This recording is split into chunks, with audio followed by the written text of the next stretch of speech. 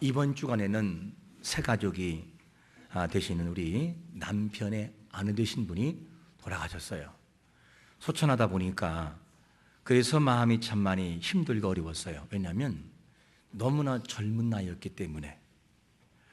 그래도 감사한 것은 뭐냐면 그가 이 땅에 있을 때 계속 찾아가서 복음을 제시했고, 그리고 그에게 영접 기도, 예수님을 믿습니까? 라는 것을 확인하고 정말 믿는 사람이라는 것을 알았기 때문에 마음엔 참 그래도 위로를 받았습니다.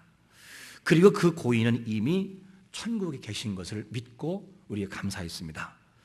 그리고 난 다음에 이제 이 고인을 화장터로 모시고 가서, 그리고 화장을 하고 납골함을 가슴에 안고 그 다음에 이제 납골당으로 갔어요. 그 안에는 들어가 보니 수백 개의 납골함들이 쫙 안치되어 있었어요. 수백 개. 그러고 난 다음에 이곳을 쭉 돌아보다가 털컥 가슴 속에 너무나 아픈 현장이 뭐였냐면 꺾인 십자가, 절표시가 있는 그 함이 너무나 많이 있었어요. 이걸 보면서 제 가슴 속에 먼저 마음, 이 입에서 저도 모르는 사이에 주여 주여 이거를 계속 반복했어요. 왜냐하면 그것을 보는데 너무나 마음이 아팠어요. 한탄의 주여가 나왔어요. 한탄의 주여. 왜냐? 그들이 어디로 갈지를 너무 잘 알기 때문에, 너무 잘 알기 때문에. 그래서 저는 그 꺾인 십자가를 볼 때 어떻게 마음에 읽어지냐면, 저는요 예수 안 믿어요. 저는 예수를 몰라요. 저는 예수 안 믿는다니까요. 이렇게 저에게 목소리가 들리는 것처럼 느껴졌어요. 그리고 난 다음에 또 한 가지가 너무너무 반가운 그 모습이 뭐냐면 붉은 십자가, 함에 붉은 십자가가 있어서 그 붉은 십자가를 보는 순간 또다시 제 입에서 주여라고 하는 긴 주여가 나왔어요. 그 주여는 감사의 주였고, 다행의 주였고, 그리고 형제를 만난 느낌의 주였어요. 이 주여는 어떤 것이냐? 감사가 있고 감격이 있어요. 왜냐? 훗날 우리도 그렇게 들어갈 것이니까, 천국에 들어갈 것이니까. 그래서 예수 믿은 모든 사람들, 십자가가 있는 사람들에게 감사할 수 있는 이유가 뭐냐면, 요한복음 1장 12절과 13절에서 뭐라고 말합니까? 영접하는 자들에게 누구의 자녀가 돼요? 하나님의 자녀가 되는 권세가 이미 완료형으로 그 자리에 주어지는 거예요. 거기서. 그리고 이것은 사람의 뜻이 아니라 하나님의 뜻 가운데에, 하나님의 예정 가운데의 모든 뜻대로 이루어진 것이 뭐냐? 하나님의 은혜라 하는 것을 알기 때문에 그 십자가는 뭐냐면, 우리가 생각할 때 이 모든 십자가 새긴 이들은 나의 자녀다, 구원된 백성이다, 이거를 고백하는 느낌이 들었어요. 너무 감사한 내용이죠. 그래서 이 모든 것은 뭐냐면 십자가의 은혜를 통해서 느끼는 것인데, 붉은 십자가가 구원의 증거라는 것을 어디에서 말씀하고 있냐면, 자, 에베소서 4장 30절에 보니까 이렇게 말씀합니다. 같이 한번 읽어보겠습니다. 시작. 하나님의 성령을 근심하게 하지 말라. 그 안에서 너희가 구원의 날까지 인치심을 받았느니라. 인침이 뭐예요? 그 이마에 성령께서 인치시는 거죠. 어떻게? 하나님의 자녀라고. 표시가 뭡니까? 때로는 십자가, 성령이 하나님의 아들이라는 십자가 있겠죠. 이거를 바라볼 때 여기에 있는 모든 분들은 그리스도를 믿는 십자가의 은혜가 감격이요 감사인 것을 고백하며 살아가기를 축원합니다. 너무 감사한 거예요. 너무너무너무나 감사했어요. 오늘 말씀에서도 어떤 내용이 나오냐면, 십자가의 은혜로 이미 하나님의 자녀가 된 시온산에 거하는 사람들을 보여주고 있어요. 장면을. 다른 말로 말하면 천상 하나님의 나라에서 누가 있는지 이 사실을 보여주고 있는데, 거룩한 성새 예루살렘 시온산에 어떤 사람이 서 있다고 말씀하냐면, 첫 번째로 이렇게 말합니다. 어린 양과 14만 4천이 있다, 이렇게 표현하고 있어요. 1절 제가 읽어보면, 또 내가 보니 보라 어린 양이 시온산에 섰고 그와 함께 14만 4천이 서 있는데 그들의 이마에는 어린 양의 이름과 그 아버지의 이름이 쓴 것이 있더라. 그들의 이마에 뭐가 있다고요? 어린 양의 이름이 새겨 있다는 거예요. 어린 양. 이 내용을 보면 메시아의 왕국 시온산 거룩한 성세 예루살렘에 누가 계시느냐?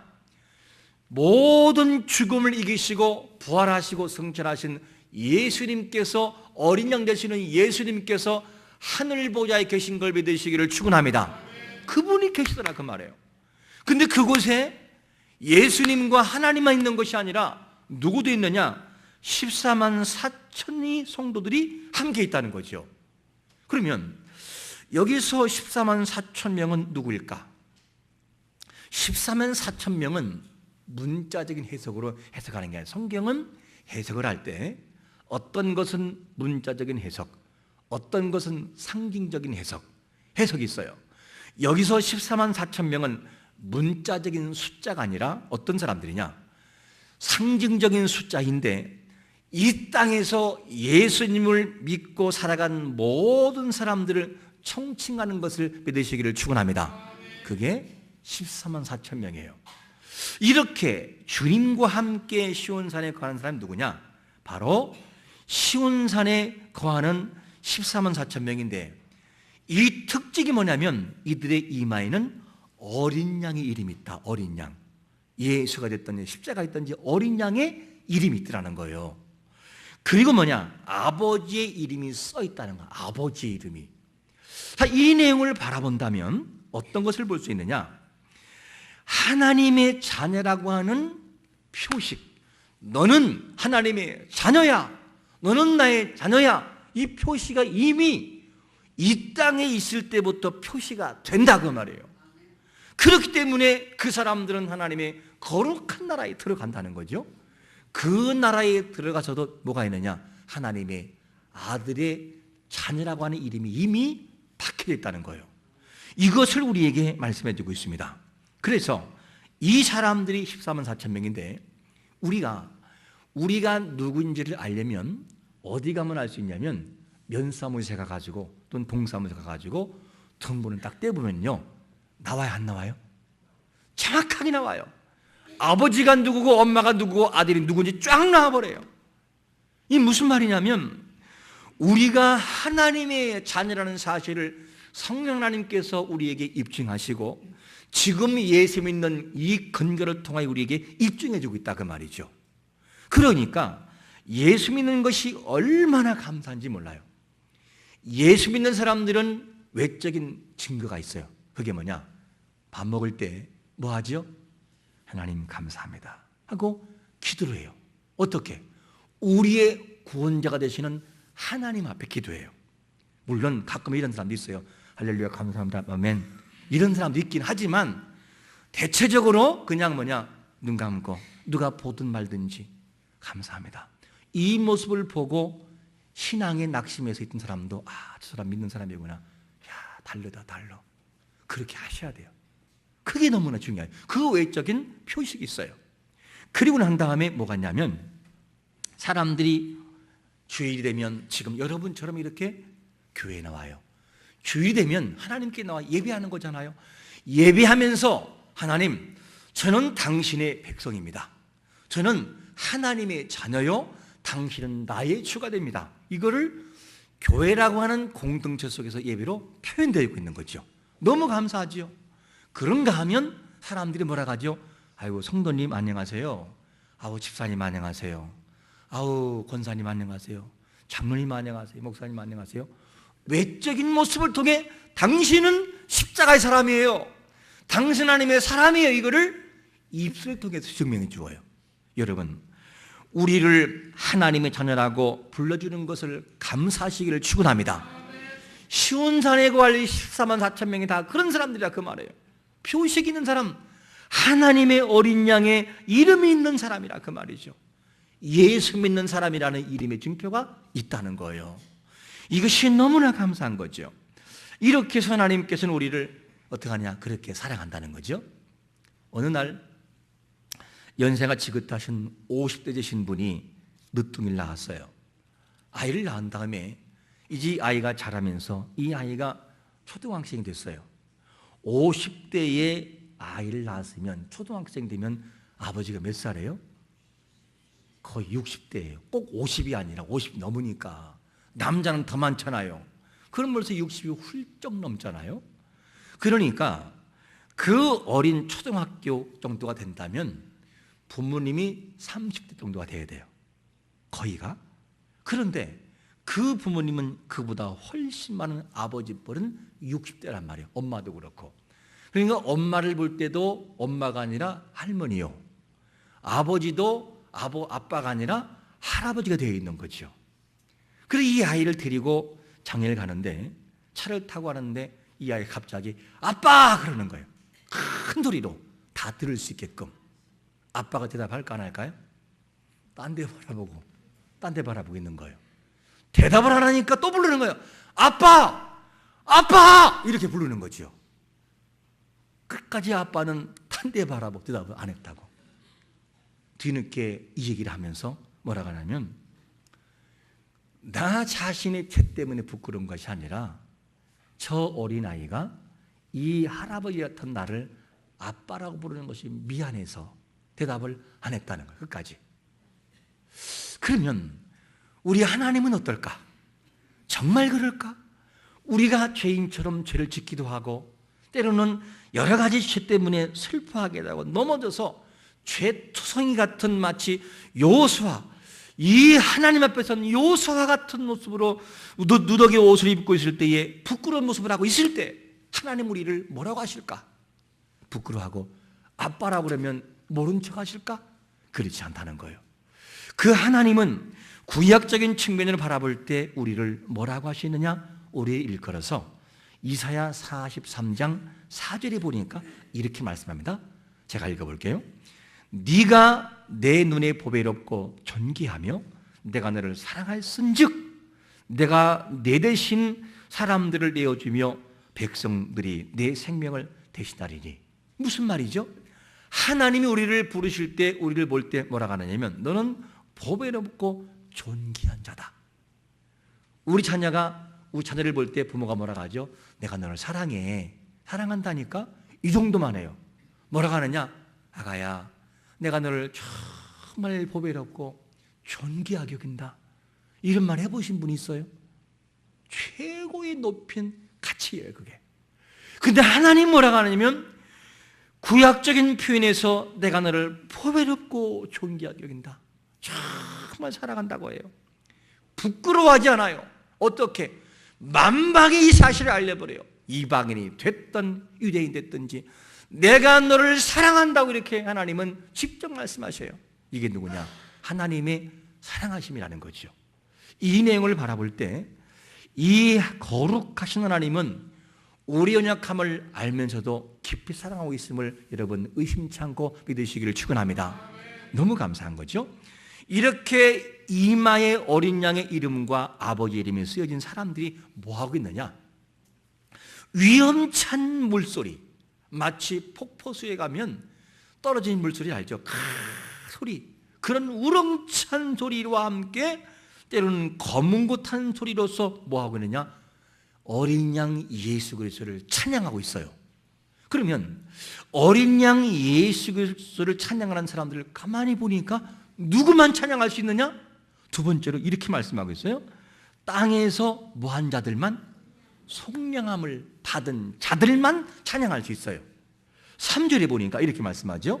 그들이 보좌합과 내 생물과 장로들 앞에서 새 노래를 부르니 땅에서 속량함을 받은 14만 4천 밖에는 능히 이 노래를 배울 자가 없더라. 와, 이 내용을 보면 속량을 받은 사람들 외에는 이 어린 양 예수 그리스도를 찬양할 수가 없다는 거죠.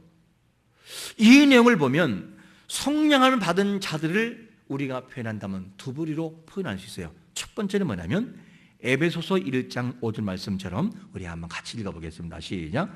그 기쁘신 뜻대로 우리를 예정하사 예수 그리스도로 말미암아 자기 아들들이 되게 하셨으니. 이 무슨 말이죠? 속량을 받으려면 하나님의 택함의 원리가 적용될 때, 하나님이 그를 택하여 만사전에 택하여 그를 구원하시기로 하나님이 작정해 버릴 때 그 영혼이 구원받는 걸 믿으시기를 축원합니다. 끝까지 그분은 책임져요. 끝까지. 안 믿으려고 하면은 때려서라도 믿게 만들어요. 이게 하나님의 은혜라는 거죠. 그러므로 이 14만 4천 명의 모든 사람들이 이미 하나님의 구속의 현장과 그 예정 가운데 구원하기로 작정된 사람들이란 말이에요. 너무 감사하죠. 우리 또한 그 속에 포함되는 걸 믿으시기를 축원합니다. 우리도 그 사람들이라는 거죠. 이 사람들이 먼저 예정, 하나님께서 미리 작정하는 거죠. 예정이 뭐죠? 미리, 하나님께서 미리 했자 정할 정자, 정했다 그 말이죠. 이 은혜가 적용되는 것이죠. 그러므로 아무리 잘나도 우리는 하나님을 믿을 수 없어요. 그분이 감동하지 않으면 세상 없어도 안 돼요. 여러분, 예수 안 믿는 가족들을 보세요. 사람의 뜻대로 되나요? 안 돼요. 그게 하나님이 감동하면 한순간에 그냥 뒤집혀버려요. 하나님이 역사하지요. 그런가 하면 또 무엇이냐면, 이 사람들 하나님이 뭐라고 택함의 원리를 적용하냐면, 두 번째로 로마서 3장 24절에 보니까 그리스도 예수 안에 있는 성령으로 말미암아 하나님의 은혜로 값없이 의롭다 하심을 얻었다. 그리스도의 성령으로만이 구원받는다는 거죠. 그러므로 이 땅에 성령을 받은 모든 사람들은 예수 그리스도의 은혜와 능력이 그들의 심령 속에 꽂혀 있고 열매가 주어졌기 때문에 믿은 사람들인 것을 믿으시기를 축원합니다. 그게 누구냐?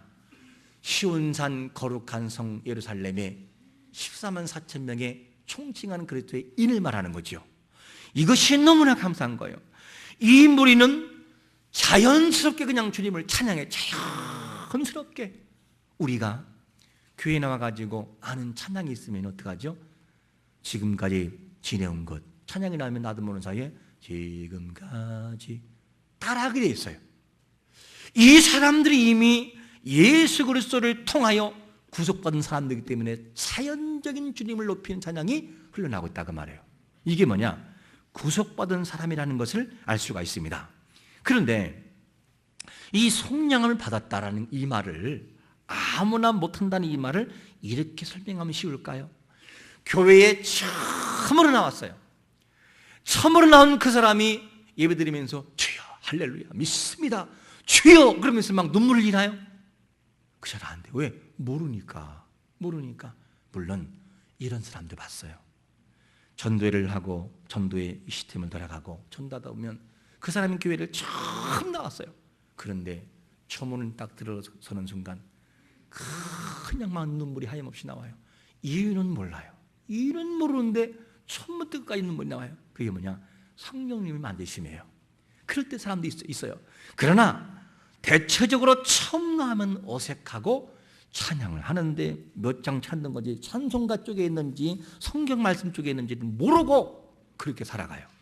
그런 사람들이 마음으로 찬양할 수 있을까요? 안 되는 거예요. 그리고 스님이 와가지고 맨날 하던 사람이 나와가지고 복음 들을 때 주여 할렐루야 믿습니다 당신 나의 구주가 되십니다 이렇게 되나요? 그게 안 된다고 말이에요. 이 내용을 볼 때 땅에서 성령함을 받은 사람들은 주님의 은혜를 아는 사람들이고 그리스도의 십자가의 은혜가 마음속에 심겨진 사람들이에요. 이 사람들은 자연적으로 주님을 높이고 찬양하고 있더라고 말이에요. 그게 누구냐? 14만 4천 명이라는 거죠.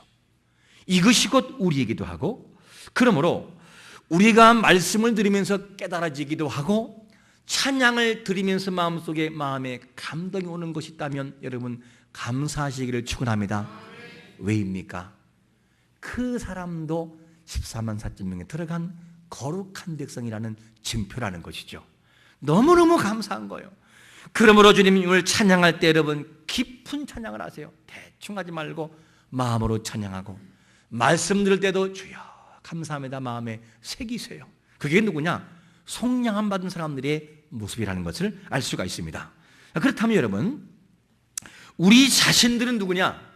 이렇게 주일날 예배로 모이고 하나님을 찬양하고 찬양대 찬양을 드리면서 이야 감동적이다 또 앞에 찬양을 인도하는 이 상대를 바라보고 너무 감동되다. 주여 감사합니다 하면서 마음속에 느끼는 것이 있다면 감사해야 돼요. 그게 뭐냐? 구원받은 외적인 증표요, 증거인 것을 믿으시기를 축원합니다. 그게 성령함 받은 사람들의 모습이다 하는 것을 알 수가 있습니다. 그러면 이 사람들의 특징이 또 있어요. 특징이 세 번째로 뭐라고 말씀하냐면 순결하고 어린 양께 순종한다는 거죠. 한번 4절 말씀을 우리 한번 같이 읽어보겠습니다. 시작.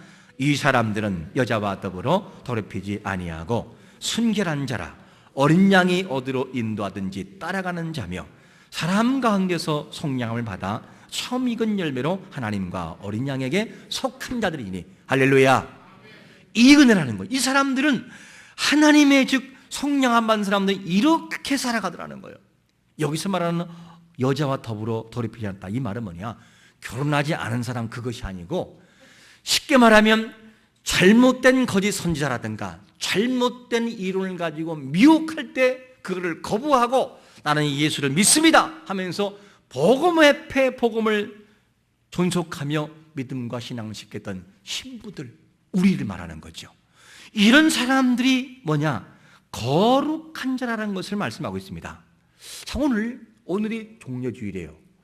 종려주일인데 이 즉 종려주일은 무슨 말이냐면 부활절을 한 주 앞두고 이제 주님이 예루살렘에 입성하셔서 입성하신 이 예수님을 바라보면서 종려나무 가지로 막 환영하는 거예요. 어떻게? 종려나무 가지는 어떤 것을 상징하죠? 승리와 회복, 영원한 회복을 말하죠. 이거를 흔들면서 주님을 반깁니다. 그래서 종려주의자가 하는 거예요. 종려. 그런데 그 다음에 이제는 그 다음부터는 내일부터는 뭐가 시작되느냐? 고난주간이 시작이 돼요. 주님의 수단이 시작이 돼요. 그리고 십자가에 죽으시고 마지막 부활까지 하셔요. 그런데 왜 이 말씀을 하냐면 우리가 이 고난주간을 지내면서 때로는 어떤 사람들은 금식도 하기도 하고 또 기도도 하고 새벽 기도도 해요. 그러면 의미를 모르고 왜 우리가 이 고난주간에 금식하고 새벽 기도해야지? 의미도 없이 그냥 고난만 고행으로 끝날 수가 있어요. 우리 믿음의 기독교는 고행의 종교가 아니라 확신적인 대상과 믿음을 가지고 주님 앞에 헌신하는 거룩한 성도인 걸 믿으시기를 축원합니다. 그래서 이 고난주간을 뭘 기억하느냐? 앞에서 말씀드렸던 시온산에 14만 4천 명 거룩한 성도가 모인 그것을 기억을 하세요. 아, 그랬었구나. 이 고난, 예수님의 십자가의 고난과 십자가의 은혜가 그 천성의 거룩한 성 예루살렘의 그 영광의 그 보좌를 하나님이 만들어 주었구나. 우리가 들어가는 것은 나의 노력이 아니라 이 고난을 통해서 나를 돌아가신 예수님의 십자가의 은혜를 통해 내가 그곳에 들어가는구나. 그러면서 천성의 두 가지를 기억하면서 야, 하늘나라, 거룩한 나라는 나의 힘이 아니라 날 위해 돌아가신 예수님의 보혈의 은혜와 십자가를 통해 내가 들어간다. 이 사실을 알고 고난에 참여하자, 그 말이에요. 기도하고 금식하면서 새벽 기도하면서 야, 그랬었구나. 이 고난의 십자가 주님이 만든 것이지, 그 천성 나라 아버지가 만든 것이지, 그러면서 그 십자가를 기억하며 지내는 것이 너무나 중요합니다. 여러분, 우리는 누굽니까? 어린 양, 예수님의 어린 양의 아들의 이름이 이마에 인친 사람들이에요. 얼마나 말하면 예수 믿는 사람들, 예수꾼들. 그러므로 이 사실을 여러분 기억하면서 야, 내가 예수 믿는 게 얼마나 감사한지, 믿어지는 게 얼마나 감사한지를 기억하면서 한 주 동안 고난을 시작하면서 주님의 고난에 함께 참여하고 십자가의 은혜를 통해 고난을 충분히 이해하는 성도가 되시기를 예수 그리스도의 이름으로 축원합니다. 아멘.